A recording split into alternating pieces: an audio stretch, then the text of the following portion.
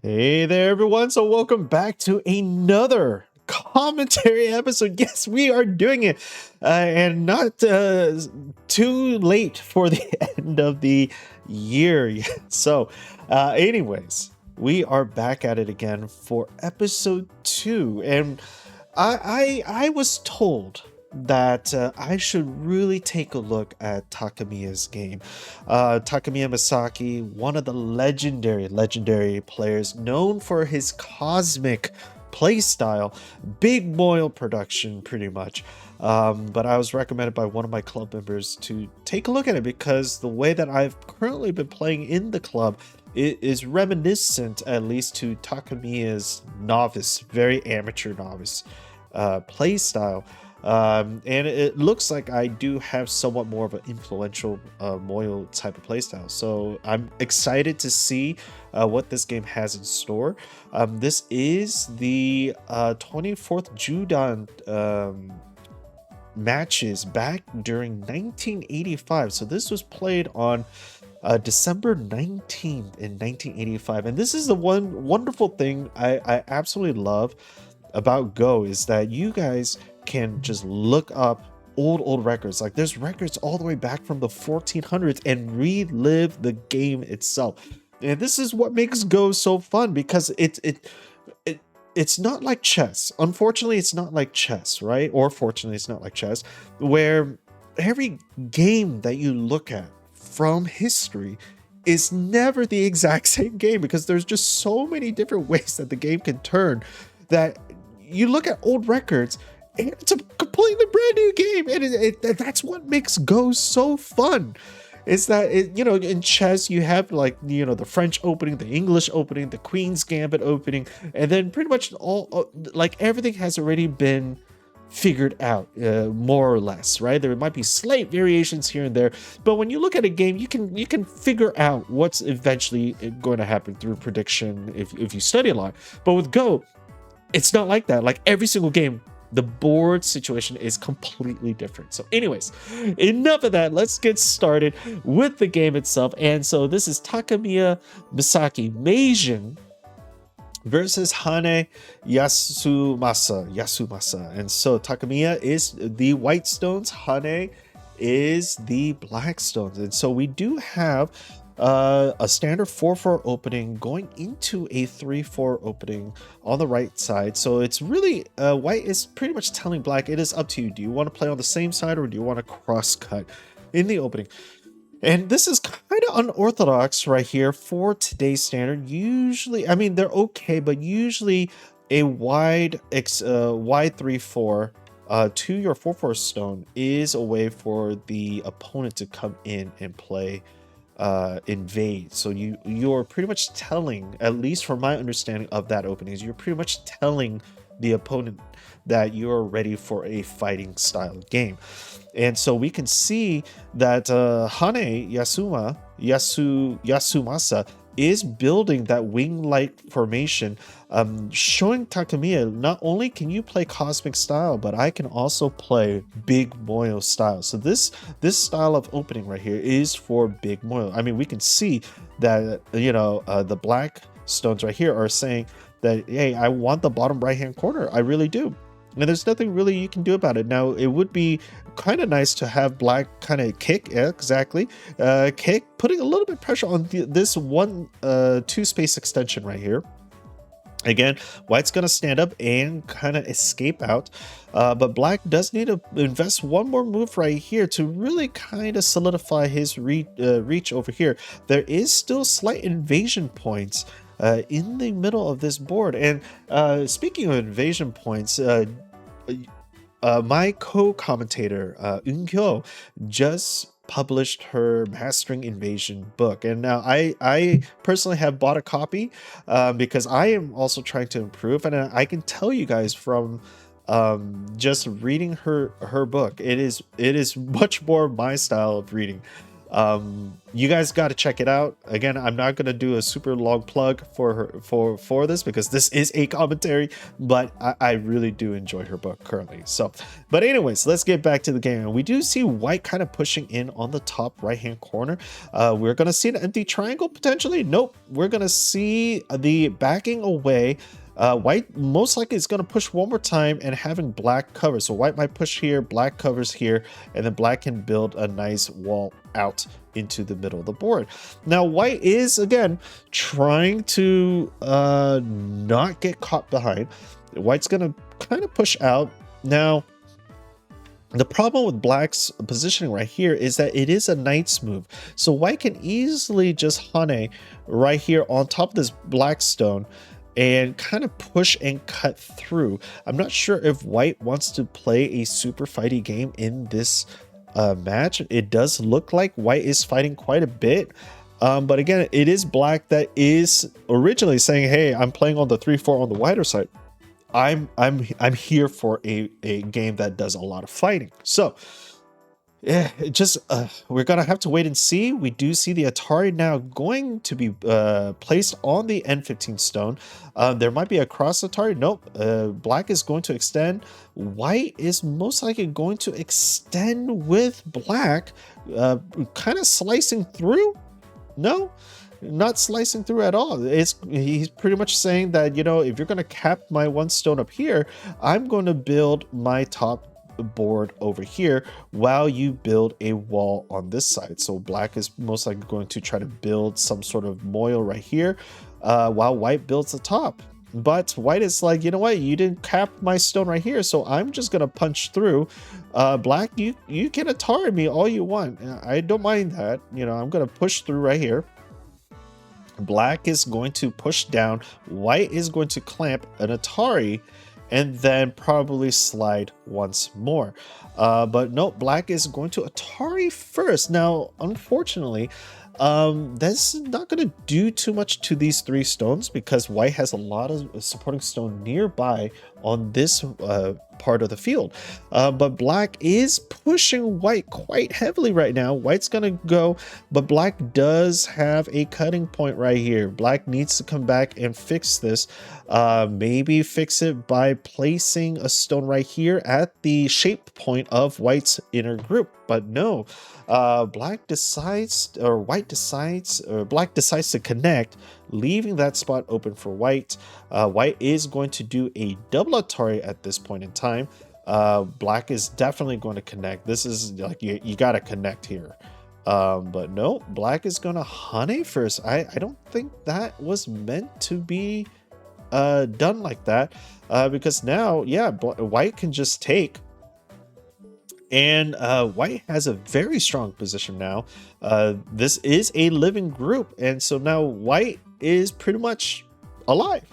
So with a living group, yes, you've survived with 2 points only, and this was originally black's corner, but you know, you survived with 2 points. But now the question is, can white use this strength to kind of push black around? What we see right now currently is black has a wall right here and another wall right here. Now white stones are scattered throughout, and so it is now Takemiya's cosmic style, where the way that he plays is hopefully going to connect all the stones together. And I'm so excited to see how Takemiya is gonna build this, because you know, we do see black being fairly connected. Now with this diagonal, white is splitting black's group into 2 separate groups. So we have a black group right here and a black group on top. And so now the division of energy, what the black player now has to realize is that now you're going to invest multiple energy to kind of make both living groups survive. And the only way to kind of consolidate that energy usage, and I know I'm speaking in a very abstract way, but it is really the efficiency of the stone, the energy, the time that you use to kind of get benefit from it. I'm hoping I'm making sense. To kind of like give the ability in terms of efficiency so that your stones aren't being played to waste. I hope that kind of makes sense. I'm at a loss for words right now, and I have lack of a better word. I hope that does make sense. But as of right now, we're just gonna have to wait and see. Now, this is gonna be a nice move right here, trying to come in later on to Atari this one stone and then cap this stone and then break free. Now, white is saying, okay, well, if you're going to break free, I don't want to be completely surrounded because I cannot win the Liberty race. So what I'm going to do is I'm going to escape with my tail out. Okay, that's what white is now saying. I'm going to escape with my tail out. I cannot survive if you do this. And so we're just gonna go. And then, you know, black is like, okay, well, I need to save my T-shaped stone right here. So I'm going to do that. I'm going to take this stone right here. Like, this is a very important stone. Or the honey right here is actually really nice too, because he can't seal because that's a self Atari. But so a couple more forcing moves, you know, and you're out. And white's like, okay, well, now I really need to run because, you know, I am stuck. I got to run out. And black is putting the pressure on. Again, for black to really consolidate the split group, he has to completely surround white and capture all of white to make these moves efficient. But if white is able to survive, now black has to consider two whole groups, you know, to kind of fix and maintain. Now, fortunately for black does have that Atari right here connecting the two groups together, so it's not a loss for black, which is really nice. Now, black is gonna kind of push through right here, building the moil. White sees that, he's gonna go right on in, disrupting that big moil, because again, that's black's win condition at this point. Capture this section right here. You have this section, and this wall is not really doing much yet. We do have a wall, but this white stone is kind of in the way, so the effectiveness of that wall is not very good. So black does need to kind of get ahead in points right here, because again, a white stone at this point right here kind of neutralizes the effectiveness of this wall. You have about, what, 10 stones right here. You want to get at least 7 lines of territory. Again, I'm making that number up, but you do want to have it more efficient. With a white stone right here and potentially an extension over here, it really limits what black can build. If white is able to draw the boundary line right there. And so black's win condition is going to be this area over here, because again, black can always 3-3 to get more points, but right now white is doing a great job containing black, and really just pushing black around. Now, black is going to try surrounding this bottom mid group right here, but I'm not too sure if this is an effective move. White's going to honey, trying to crawl and back to the middle over here, but black is most likely going to crawl and push white and have white really crawl, trying to gain influence. But again, with white's supporting stone on the top right here, even if black crawls, forces white to crawl on the bottom right here, the whole point of it being beneficial, you know, and this goes to the saying, when you are pushing your opponent on the second line, that's usually a benefit to you only in the event that you're able to kind of place a stone really far away from the wall that you're building on the top. So for instance, if black is able to build a wall right here, and then there weren't any white stones, and black was able to extend from it, you have a nice big moil being built. But due to the fact that white has his stones already on top of black's wall, if the crawling was to happen, it kind of neutralizes that effectiveness. Again, just like how white kind of has a stone already right here, ready to neutralize this wall. And so that, again, Takemiya's style. I mean, it's a cosmic style for a reason. You're going to kind of move through, and it's such an abstract game when you're playing with Takemiya. At least that's what I've noticed when observing some of his matches. I've been looking at some of his more modern matches, but you know, people say watch the older ones. The older ones are just amazing because, again, older ones don't have AI. They don't have any repetitive play styles, at least for this for what is being currently played today. And so we can see the uniqueness of each of the players in essence. At least that's what I've been told. And so just observing this, I like a lot of the moves. Yes, AI plays it, but a lot of the other moves, AI might not agree. AI might agree. I don't know.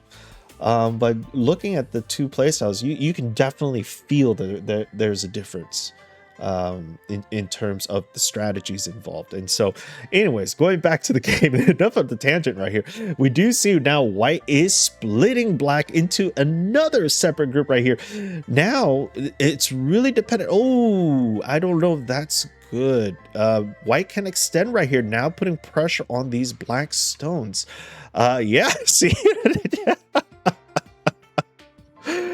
I love it when I can guess what the players are doing, because I'm a SDK player, right? I just became SDK player not too long ago, and so I'm just looking at it. It's like, wow, yeah, that doesn't seem like it's gonna be good. If this black group dies, again, it's a strong group. It has a big wall. It's not gonna die super easily, but there are a lot of reduction moves right here. And just splitting black up into two separate groups to another two separate groups is really, really fun. And so we do see that white is in somewhat of a trouble with the corner right here. The 3-3 is still slightly open. We do have an overhang on black, so black can always monkey jump in, reducing the eye space. So white does need to find a way to kind of survive on the bottom left-hand corner right here. And while white is struggling to survive on the bottom left, granted there's a lot of room, black is going to start building the connection with his stick over here. Again, this stick is loosely connected with this group right here. There's still that Hane right here, push and cut, that can split the whole group apart. So black is not yet fully alive. And so if white is able to maintain the composure and prevent black from really coming in, creating more eye space right here, you might see a huge group getting chopped off very, very soon. And it would not look pretty if that was to happen. And now black, again, like I said, if white was able to build like an enclosure right here, it's going to limit black's wall effectiveness. Black is going to poke at the peep right here. Again, there's a shape point right here for white.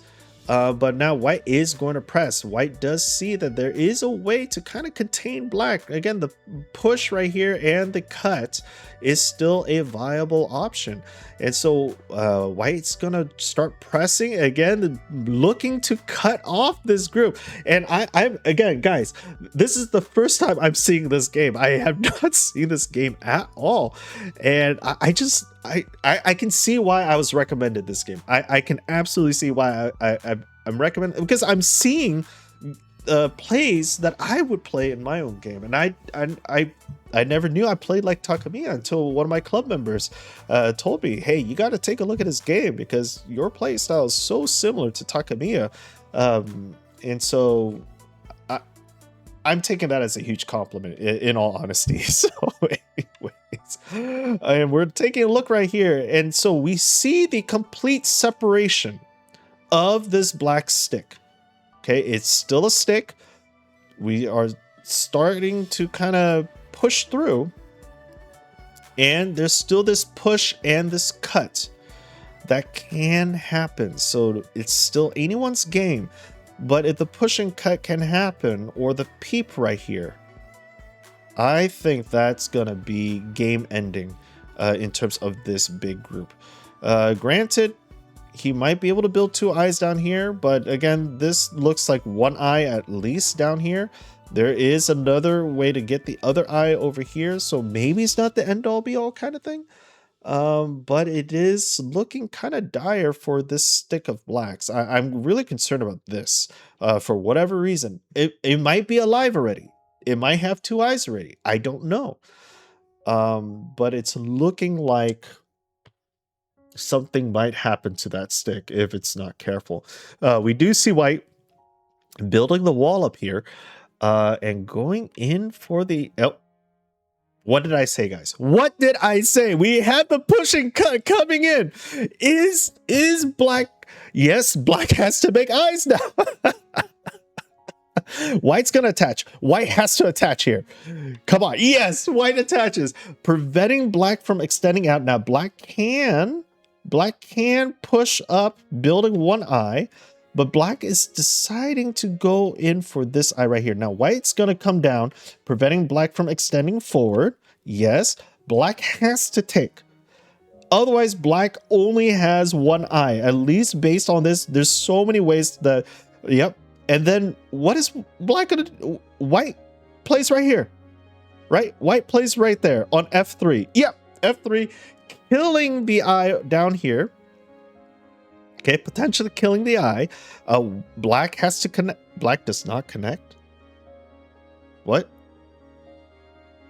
I mean, white just extends down, right? Nope. White is going to cut off, taking the 3 stones, sure. Black is going to extend out, sure. Couldn't white just push in through? White can push through, right? Yeah. No, white's deciding to block. Interesting.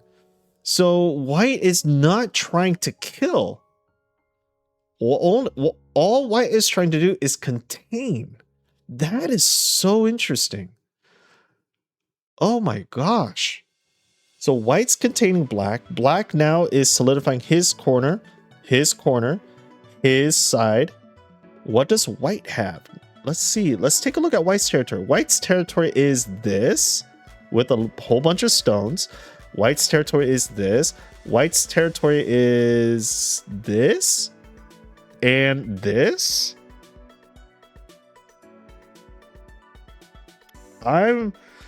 It looks like white. I feel like white has more just based on the boxing of the shapes here. I'm thinking white has more points at this time. Again, white is really trying to cut off black, and you know, white has kind of just isolated black in this area right here. Interesting. Again, not really important. Black can or white can just play the bamboo down here. Nope. White's going in for the kill now. White is going in for the kill, guys. Black is going to connect. Black does not connect.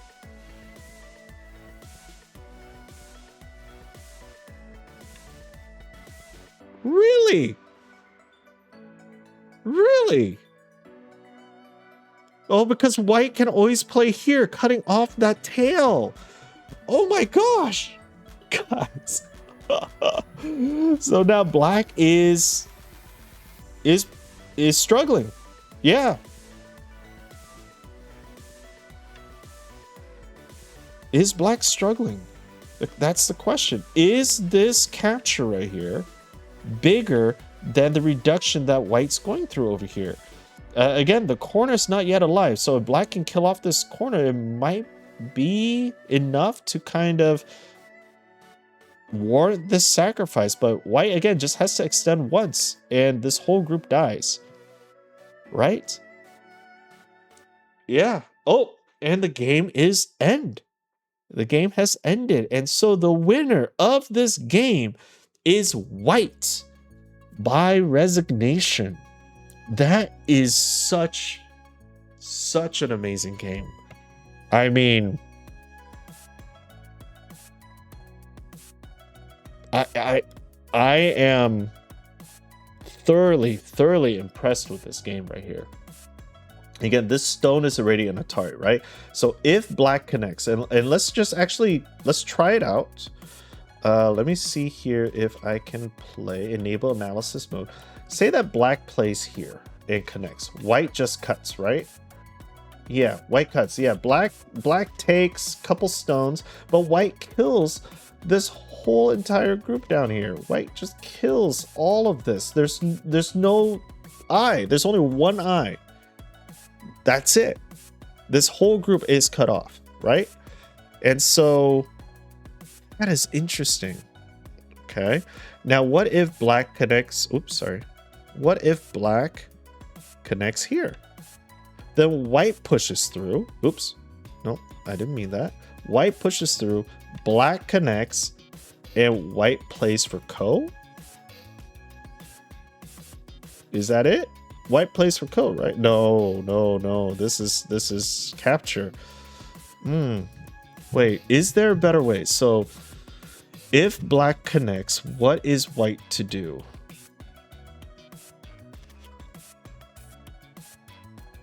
Oh, white just drops down, right? Black can't do anything. White drops down. Because if black connects, white captures, right? Black captures, white fills.